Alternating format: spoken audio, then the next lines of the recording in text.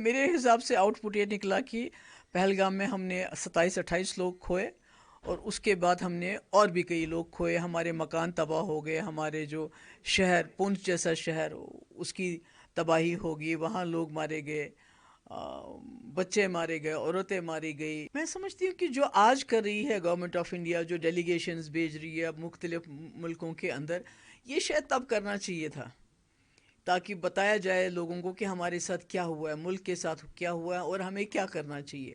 میں امید کرتی ہوں کہ دونوں ملکوں کو جو یہ سمجھ آ جائے کہ جنگ کوئی حل نہیں ہے، جنگ سے تباہی ہو جاتی ہے، دونوں طرف تباہی ہو جاتی ہے۔ جنگ صرف جو میڈیا چینلز ہیں ان کی ٹی آر پی بڑھا سکتی ہے۔ میرے حساب سے آؤٹ پٹ یہ نکلا کہ پہلگام میں ہم نے 27-28 لوگ کھوئے، اور اس کے بعد ہم نے اور بھی کئی لوگ کھوئے، ہمارے مکان تباہ ہو گئے، ہمارے جو شہر پونچھ جیسا شہر اس کی تباہی ہوگی، وہاں لوگ مارے گئے، بچے مارے گئے، عورتیں ماری گئی، اتنی اربوں روپے کی پراپرٹی برباد ہوگی۔ اور جو ملیٹنٹ اس میں جو انوالو تھے پہلگام اس میں، تو وہ تو ابھی تک وہ پکڑے نہیں گئے، تو اب حاصل ہوا تو کیا ہوا؟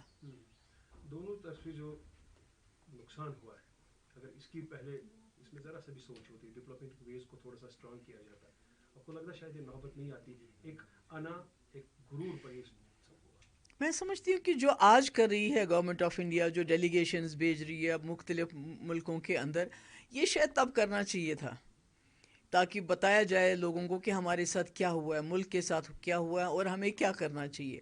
جب آپ سب کچھ کر سکے، آپ نے لاسٹ آپشن، مطلب جنگ اب آخری آپشن بھی نہیں ہے اس وقت کے ماحول میں، جب آپ نیوکلیئر پاور ہو، تو اب آپ نے اس آپشن کو یوز کیا، تو اب آپ ڈیلیگیشنز بھیج رہے ہیں، تو مجھے لگتا ہے یہ ڈیلیگیشنز پہلے جانے چاہیے تھے۔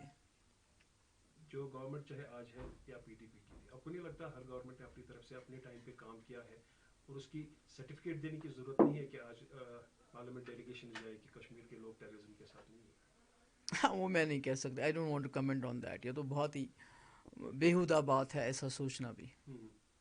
تو ریہیبلیٹیشن پروسیس کی اگر بات کریں گے، کیا وہ صحیح ٹائم پہ اس وقت ہو رہا ہے نہیں یا ہو رہا ہے، تبھی مجھے آج پریس کانفرنس بھی بلانی پڑی۔ اگر آپ پونچھ کو دیکھو گے، ٹنگڈار دیکھو گے، اوڑی دیکھو گے، تو ابھی بھی کئی لوگ ایسے ہی بیچارے جو جن کا کوئی نہیں ہے، پرسان حال نہیں ہے، ٹینٹ تک کئی جگہ پہ نہیں ملے ہیں لوگوں کو۔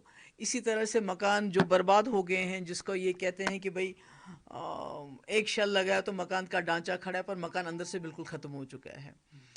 اسی طرح سے جن لوگوں کے لوگ جو چلے گئے، مطلب مارے گئے، تو وہاں کے لوگوں کی سب کی ڈیمانڈ ہے ان کو شہید ڈکلیئر کرنا چاہیے۔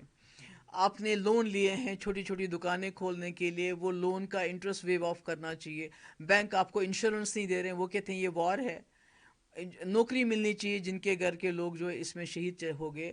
تو میں کہتی ہوں گورنمنٹ کو بہت کام کرنے کی ضرورت ہے، کیونکہ یہ جو جنگ ہے یہ ہماری جنگ نہیں ہے، یہ دو ملکوں کے آپس میں سمجھ لیجئے، یہ جو چیز پولیٹیکل انٹرونشن سے سلجھ سکتی ہے، ڈپلومیسی سے سلجھ سکتی ہے، وہ کوئی کہتا ہے جہاں آپ کو چھوٹے چاقو کی ضرورت ہے وہاں آپ تلوار اٹھائیے آپ لوگوں نے، تو اس کے بعد حاصل کیا ہوا؟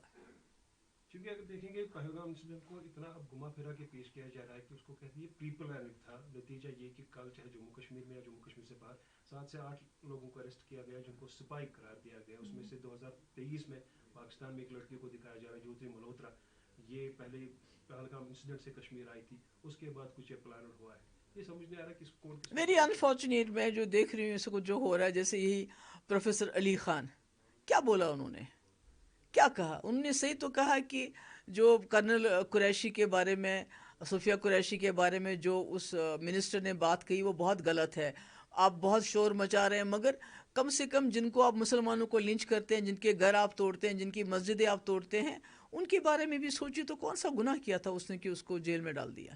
گورنمنٹ آف انڈیا چونکہ ہمیشہ سے ڈائلاگ پروسیس کے بارے میں بات کی، اگر دیکھیں گے مرحوم مفتی صاحب نے اس میں ایک کلیدی رول ادا کیا تھا، لیکن آج گورنمنٹ آف انڈیا کا ہارڈ سٹینڈ ہے، بات اگر ہوگی اونلی اباؤٹ پی او کی۔ مجھے لگتا ہے کہ جو گورنمنٹ آف انڈیا ہے ان کو دیکھنا چاہیے اس وقت کہ واجپئی جی کا جو ڈاکٹرین ہے وہ سب سے زیادہ کامیاب رہا تھا۔ اس میں پہلی بار جنرل مشرف نے پاکستان میں کہا تھا کہ یونائٹڈ نیشن ریزولوشنز کو ہم الگ رکھ کے اب جموں کشمیر کے معاملے کا کوئی حل ڈھونڈیں گے، اور واجپئی جی نے کہا تھا انسانیت کے دائرے میں حل ڈھونڈیں گے. تو واجپئی جی نے کوئی جموں کشمیر کو اٹھا کے پاکستان کو نہیں دیا تھا. انہوں نے کوشش کی تھی جموں کشمیر کے لوگوں کی مشکلیں کم کرنے کی، جموں کشمیر میں خون خرابہ بند کرنے کی. مجھے لگتا ہے وہی ایک راستہ ہے جو مفتی صاحب اور واجپئی جی نے مل کے ڈھونڈا تھا، اس کے بغیر کوئی چارہ نہیں ہے. انڈیا پاکستان ٹینشن سے پہلے لوگوں میں ایک آلریڈی پریشانی تھی، جو پریزنٹ گورنمنٹ کا مینیفیسٹو ہے وہ امپلیمنٹ نہیں ہو رہا ہے. اب یہ پریشانی اور ہے، تو اوورآل دیکھیں گے people are living in miserable condition. بہت برا ہے اس وقت جو حالات ہیں. مجھے لگتا ہے کہ یہ ٹینشن ایز ہونا چاہیے، اور جہاں جہاں نقصان ہوا ہے اس کی بھرپائی ہونی چاہیے. آپ نے جو بات کی تھی 4,000 لوگوں کو اپوائنٹ کیا گیا جو ریٹائر ہے، بجائے اس کے کہ فریش لوگوں کو کیا جاتا، وہ لوگ تو پینشن بھی لیتے ہیں. یہ کس مشن کے لیے ان کو؟ نہیں، یہ تو میں نے عمر صاحب سے، کیونکہ عمر صاحب کی سرکار ہے، 50 ممبر لے کے آئے ہیں وہ اسمبلی میں، 3 ممبر پارلیمنٹ ہے، اتنی مضبوط سرکار ہے. تو اگر وہ اس قسم کے فیصلے لیتے ہیں، دیکھیے جو ریٹائر ہو چکے ہیں فوج سے، ہمیں ان کی بڑی عزت ہے، انہوں ملک کے لیے وہ بہت قربانیاں دیتے ہیں، مگر ان کو پینشن بھی ملتی ہے، دوسرے بینیفٹس بھی ملتے ہیں. دوسری طرف سے ہمارے پاس لاکھوں کی تعداد میں بے روزگار نوجوان ہیں جو اتنے فرسٹریٹ ہو گئے ہیں. کوئی ڈرگ کی طرف جا رہا ہے، کوئی خودکشی کر رہا ہے. پڑھے لکھے نوجوان ہٹے کٹے صحت یاب جو یہ کام بہتر طریقے سے کر سکتے ہیں، یہ جو انسٹالیشنز ہیں ان کی حفاظت کر سکتے ہو، ان کو ترجیح نہ دے کے ریٹائرڈ آرمی افسر کو، آرمی پرسنل کو لگانا، میں سمجھتی ہوں یہ صحیح فیصلہ نہیں ہے. آخری بات، چونکہ اب دونوں ملکوں کے درمیان تھوڑا سا اس میں شاید کمی آ گئی، دونوں طرف سے غصہ کم ہو گیا. 18 تاریخ تک جو ڈیڈ لائن تھی سیز فائر کی، آپ کو لگتا ہے دوبارہ شاید نہیں ہوگا؟ کیونکہ دونوں ملکوں نے دیکھا ہے کہ ود ان 4 days نتیجہ کیا ہوگا. میں امید کرتی ہوں کہ دونوں ملکوں کو جو یہ سمجھ آ جائے کہ جنگ کوئی حل نہیں ہے، جنگ سے تباہی ہو جاتی ہے، دونوں طرف تباہی ہو جاتی ہے. جنگ صرف جو میڈیا چینلز ہیں ان کی ٹی آر پی بڑھا سکتی ہے، مگر جو عام لوگ ہیں، خاص کر جو ہمارے جموں کشمیر کے لوگ ہیں، بارڈر کے لوگ ہیں، وہ اس میں تباہ اور برباد ہو جاتے ہیں. لیکن ٹسل ابھی بھی انڈس واٹر ٹریٹی پر ہے، جس میں عمر صاحب نے کوئی پروجیکٹ کی بھی بات کی تھی.